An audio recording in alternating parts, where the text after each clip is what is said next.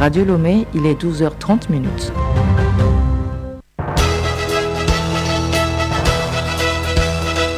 Le journal Geneviève Bognon.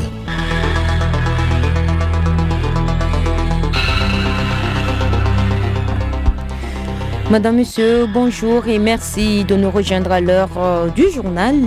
Bienvenue. Le Togo a accueilli cette semaine un forum sur les économies africaines post-Covid-19. Il s'agit pour les opérateurs économiques nationaux et internationaux de trouver des mesures pour relever le niveau de l'économie. Les retombées de cette rencontre pour le Togo à suivre dans cette édition. La journée internationale des volontaires est célébrée ce dimanche 5 décembre, une occasion d'informer le public sur les thèmes liés à des enjeux majeurs du développement. Le thème de cette édition est s'engager au volontariat dès maintenant pour notre futur commun. Et puis, vers la fin des opérations de lutte contre la piraterie en Somalie, le pays refuse la prolongation de l'ONU sur l'autorisation aux navires de guerre de lutte contre les pirates au large de ses côtes.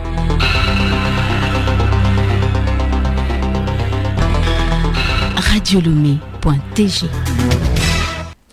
Une fois encore, bonjour. Je le disais tantôt, le Togo a abrité cette semaine de réflexion sur les économies africaines post-Covid-19. Des opérateurs français, maghrébins et autres étaient à cette rencontre qui a formulé des stratégies à mettre en œuvre pour relever le niveau de l'économie. La retombée de cette rencontre pour le Togo avec Rose Kaï-Mivedor, ministre de l'Investissement. Concrètement, notre objectif au-delà de ce forum, c'est le développement de partenariats porteurs pour nos entreprises. Plus de 300 rencontres d'affaires ont été organisées dans le cadre de ce forum. Et nous espérons vivement que les partenariats qui seront réalisés attireront ces partenaires à investir et à s'implanter au Togo. Comme j'aime à le dire, nos entreprises connaissent le marché. Ils ont une très bonne connaissance du marché local, ils ont une bonne connaissance du marché régional et du potentiel de développement que nous avons. Les PME, PMI européennes, ils ont la technologie, ils ont la capacité financière et ils ont besoin d'avoir un partenariat solide, un partenariat qui est mutuellement gagnant-gagnant pour pouvoir se développer à l'export et nous permettre de créer ensemble de la croissance et de la richesse pour nos populations. Les jeunes entrepreneurs togolais ont également pris part activement à ce forum. Madame Mivedor Kairos les appelle à être déterminés à saisir l'opportunité d'affaires et d'investissement dans notre pays. Nous l'écoutons. On a parlé de pépites. On a eu l'opportunité d'en présenter quelques-uns qui ont des projets pour certains qui sont des projets matures, pour certains qui sont des projets en gestation. Pour nous, ce sont des pépites sur lesquelles il faut travailler. Et comme vous le savez, la jeunesse est au cœur de la vision politique du chef de l'État. Aussi, je leur demande d'être déterminés à saisir les opportunités d'affaires et d'investissement dans notre pays. Les opportunités sont nombreuses et nous sommes engagés à les accompagner pour la réussite de leurs projets. Les jeunes sont l'avenir de notre pays et les mécanismes d'accompagnement de l'État tels que le FAEJ, le PAEJ SP, le MIFA, la NPGF sont des réels leviers d'amorçage qui permettent de les rendre prêts à pouvoir aller maintenant à d'autres échelles et pouvoir, avoir des structures industrielles qui sont vraiment des structures industrielles qui répondent à des besoins précis sur le marché togolais, qui peuvent également répondre à des besoins précis sur le marché sous-régional et voire à l'international. C'est l'ambition que nous avons pour nos entreprises togolaises. Je le disais en titre, la communauté internationale observe aujourd'hui, 5 décembre, la journée mondiale des volontaires. Chaque journée représente une occasion d'informer le public sur les thèmes liés à des enjeux majeurs comme les droits fondamentaux, le développement durable ou la santé. Et le thème retenu cette année est s'engager au volontariat dès maintenant pour notre futur commun grâce Goto. À travers la campagne de cette année, s'engager au volontariat dès maintenant pour notre avenir commun inspire les gens, qu'ils soient décideurs ou citoyens du monde, à agir maintenant pour les gens et la planète. Lorsque les gens sont encouragés à s'impliquer dans la résolution des problèmes, les solutions ont plus de chances d'être réalisables et durables. Les volontaires engagent les communautés et construisent un mouvement centré sur les personnes pour aider à construire un avenir meilleur et plus sûr pour tous. Le volontariat est un moyen efficace pour s'attaquer aux défis du développement. Il profite à la fois à l'ensemble de la société et à la personne qui se porte volontaire. On estime qu'1 milliard de volontaires donnent librement de leur temps pour résoudre les problèmes qui les touchent, eux ou leur communauté, souvent dans des circonstances extrêmement difficiles. Ces journées sont aussi l'occasion pour le système des Nations Unies, le pouvoir public et la société civile d'organiser des activités. Selon le dernier rapport sur l'état du volontariat dans le monde intitulé « Bâtir des sociétés plus égalitaires et inclusives », l'engouement mondial pour le bénévolat dans les communautés n'a pas souffert des conséquences socio-économiques dévastatrices de la pandémie. Du volontariat, on peut créer son propre entreprise. Atou Amewode et sa famille l'ont bien compris. Gabriela Ina les a surpris dans leur atelier de menuiserie à Thiévier. Voici son reportage. Nous sommes dans l'atelier de menuiserie Bois d'Or, Gotha et fils de monsieur Atou Amewode à Thiévier, une ville située à 35 km au sud de Lomé, la capitale du Togo. Ici, la scie, le marteau, le rabot, bref, aucun outil de travail n'est un secret pour personne. Le patron, sa femme et leurs 2 filles maîtrisent parfaitement l'art de fabriquer les meubles. Je fais les tables, mon père me donne le bois et moi-même je fabrique pour aller au marché, pour vendre. Et quand je vends, c'est moi-même mon déjeuner. Quand j'ai regardé, premièrement, j'ai dit que c'est difficile, hein, mais tous les travaux que l'homme fait, les femmes aussi peuvent faire ça. Je peux faire garde à manger, table, chaise, lit, buffet, canapé, tout. C'est très facile. À l'atelier Bois d'Or, la menuiserie est une affaire de famille. Au-delà, vouloir c'est pouvoir. C'est ce que nous rappelle Atou Amewode, le patron. Je n'ai pas travaillé, ma femme, mes jeunes filles, avec la machine. Elles me coûtent bien, donc c'est pourquoi elles ont la capacité de le faire. La plupart des clients sont surtout attirés par la pratique de cet art par Madame Amewode et ses 2 filles. Je passais un matin et j'ai vu une jolie table exposée devant l'atelier. Lorsque je me suis approchée, c'est une jeune fille qui s'est présentée et j'ai demandé à voir son papa. Curieusement, elle m'a dit que c'est elle qui a fabriqué la table. Très émue, je l'ai achetée. Nul ne peut dire aujourd'hui que les femmes ne peuvent pas exercer le même métier que les hommes. Madame Amewode confirme. Les femmes dans cet atelier de menuiserie ont toujours émerveillé les passants et les clients. Chaque jour, lorsque je travaille ici, plusieurs personnes s'arrêtent pour me regarder et me féliciter. Il y a même un des passants sur sa moto qui, à force de me regarder, est malheureusement allé cogner le poteau électrique qui est en face de notre atelier. Un autre est descendu un jour de sa voiture et m'a donné 5 000 francs. Il est clair qu'exercer un métier aujourd'hui n'est plus une affaire de genre. Seule la détermination et la connaissance de soi en sont la clé. Écoutez Radio Lomé et vous avez tout le Togo dans votre maison. Autre sujet de cette édition, le mouvement des femmes unir a rendu grâce à Dieu ce dimanche à Takbamé pour ses 4 ans d'existence, compte rendu avec Jean Muzou à Top. À Takbamé. Le bureau préfectoral du mouvement des femmes de l'Union pour la République MFU Ogou a rendu grâce à Dieu à l'occasion de ce 4e anniversaire de la création du dit mouvement. C'est à travers une messe à la paroisse cathédrale Sainte Trinité d'Atapamé. Cette messe a été dirigée par le père Lazare Adianou. Après avoir expliqué les textes liturgiques de ce 2e dimanche de l'Avent, l'officier a demandé au peuple togolais de rendre grâce à Dieu qui a tant protégé notre pays. En témoigne la pandémie du coronavirus qui a fait moins de morts dans notre pays. Il a saisi l'occasion de cet anniversaire du MFU pour convier les Togolais à cultiver le patriotisme, la droiture dans la paix et la joie. La déléguée préfectorale Ogou du MFU, Madame Godevi Mensan, retrace les intentions de cette prière. Le mouvement des femmes unies est né le 2 décembre 1917. Et aujourd'hui, ça fait 4 ans. Normalement, nous devons fêter ça le jeudi. Nous avons commencé la fête depuis le jeudi. Et aujourd'hui, c'est la grande apothéose. Nous sommes venus demander la messe. Nous avons demandé la grâce de Dieu pour qu'il puisse nous accompagner, pour que nous puissions fêter 5e anniversaire et plus, même 10e anniversaire.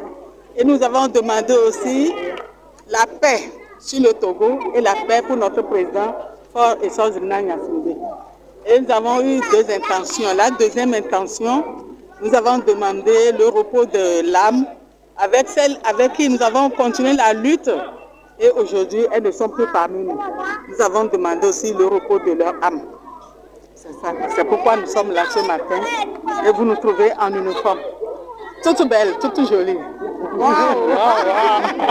Qu'est-ce que vous avez dit à Dieu par rapport à votre vie? Nous avons dit à Dieu de nous protéger. Protéger notre président de la République, son gouvernement, les députés et surtout nos militants de base, ceux avec qui nous travaillons dans le goût, précisément. Il faudrait que Dieu puisse nous donner la paix.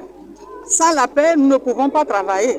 Il faudrait qu'on ait la paix, on a la sécurité pour pouvoir mieux travailler, pour aller plus de l'avant. C'est ce que nous avons demandé à Dieu ce matin. Et je sais qu'il va nous les accorder.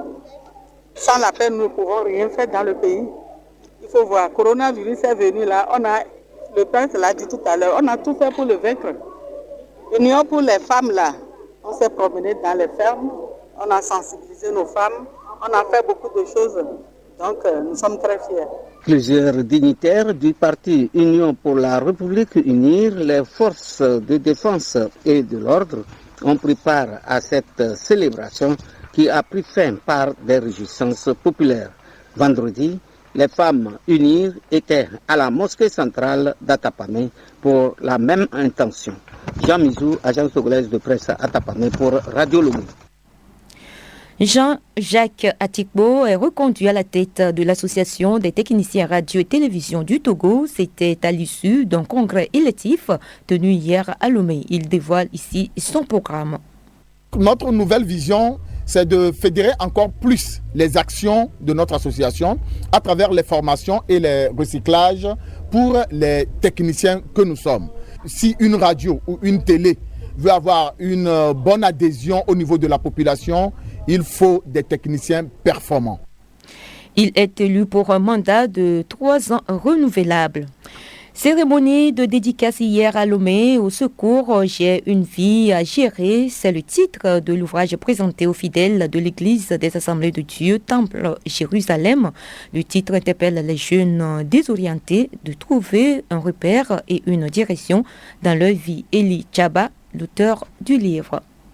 Ce livre traite de façon dont un être humain peut prendre en charge sa vie de manière à ce que cette vie puisse apporter de la valeur ajoutée à la société, à sa communauté, et que lui-même, à la fin de sa vie, puisse, en s'évaluant, dire « j'ai vécu une vie et je suis satisfait de ce que j'en ai fait ». Pour gérer sa vie, je propose 3 choses. Il y a d'abord le travail. Nous sommes là sur la terre pour travailler. Lorsqu'une personne ne travaille pas, sa vie n'a aucun sens. Et ensuite, il faut se faire plaisir. Ça aussi, ça fait partie de la vie. Nous sommes là sur la terre non seulement pour travailler, mais pour jouir des bonnes choses que Dieu a placées sur la terre pour notre bien. Et la dernière chose, notre relation avec Dieu. Dieu doit faire partie de notre vie pour que cette vie-là soit équilibrée. La cérémonie de dédicace a été couplée d'une vente aux enchères. Quelques personnes présentes livrent leurs impressions.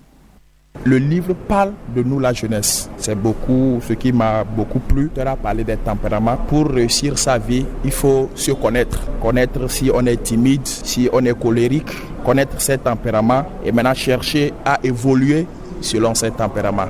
C'est ce qui m'a intéressé dans le livre. Ce qui m'a poussé à acheter vraiment cet ouvrage, l'auteur de ce livre, dans son mot, a dit des choses qui m'ont vraiment marqué. La première des choses, c'est qu'il dit qu'il était de nature très timide. Dans son enfance, il était très timide. Mais aujourd'hui, ce monsieur que j'ai connu, ce monsieur qui a présenté cet ouvrage, si on me dit que c'était quelqu'un de timide au départ, je ne vais jamais. Ça voudrait dire que Dieu a changé son identité de base en faisant de lui ce qu'il est aujourd'hui.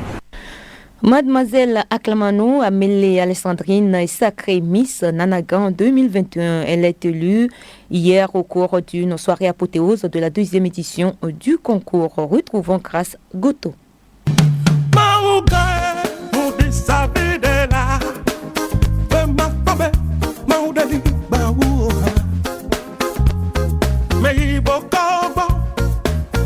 Cette compétition a pour objectif de mettre en valeur la femme ronde africaine. Elle se veut aussi un cadre de la promotion de la scolarisation de la fille. L'heureuse élue s'exprime à l'issue de la compétition. Ça n'a pas été facile, c'était un peu difficile. C'est surtout l'image que les gens ont eue ce soir de la femme ronde qui est en même temps belle et intelligente. Je suis très contente. Beaucoup de choses à faire par rapport à la femme, à la consommation locale, l'entrepreneuriat, beaucoup d'autres choses. Cette couronne représente pour moi déjà un honneur, la gloire, et je la porte pour toutes les femmes du monde. J'appelle toutes les femmes rondes à ne pas être complexées parce que le fait d'être un peu plus en forme que les autres ne vous arrête en rien. Donc je les appelle à se valoriser.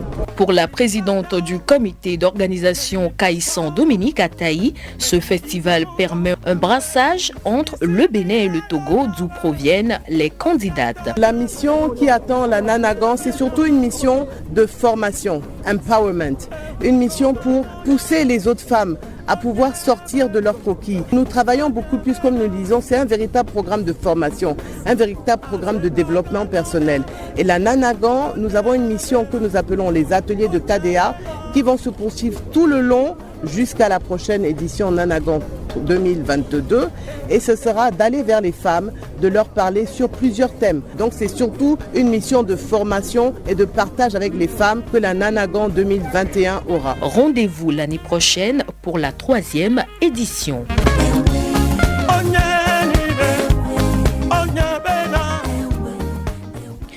Pour être candidate au concours Miss Nanagan, il faut être âgé de 21 à 30 ans, mesuré à partir d'1m55 et surtout avoir un tour de hanche de 120 cm. Le journal Geneviève Bognon. À l'étranger, les Gambiens étaient appelés aux urnes hier pour élire leur président lors d'une élection à un tour.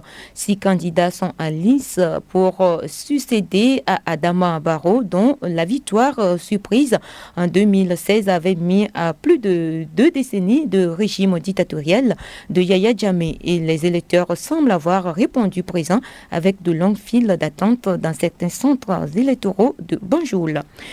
La communauté internationale commence à se mettre en retrait dans les eaux somaliennes. La Somalie vient de refuser que l'ONU prolonge donne l'autorisation aux navires de guerre de lutter contre les pirates au large de ses côtes. Ce n'est finalement que pour 3 mois que cette autorisation a été reconduite pour l'instant. Et puis, le pape François est arrivé ce dimanche au camp de migrants de Lesbos pour plaider en faveur d'un meilleur accueil des réfugiés. Une quarantaine d'ONG ont exhorté le souverain pontife à intervenir pour que cessent les refoulements présumés d'exilés aux frontières gréco-turques.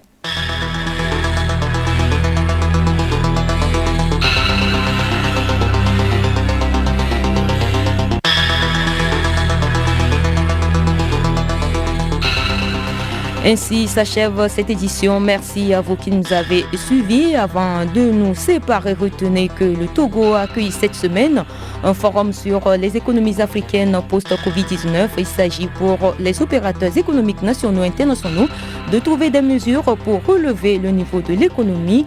Vous avez suivi les retombées de cette rencontre pour le Togo dans cette édition. Et puis la journée internationale des volontaires est célébrée ce dimanche 5 décembre, une occasion d'informer le public sur les thèmes liés à des enjeux majeurs du développement.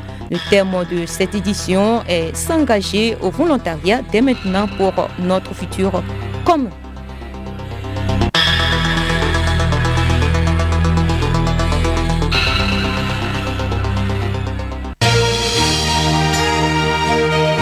Radio Lomé, boîte postale 434, email radiolomé@radiolomé.tg.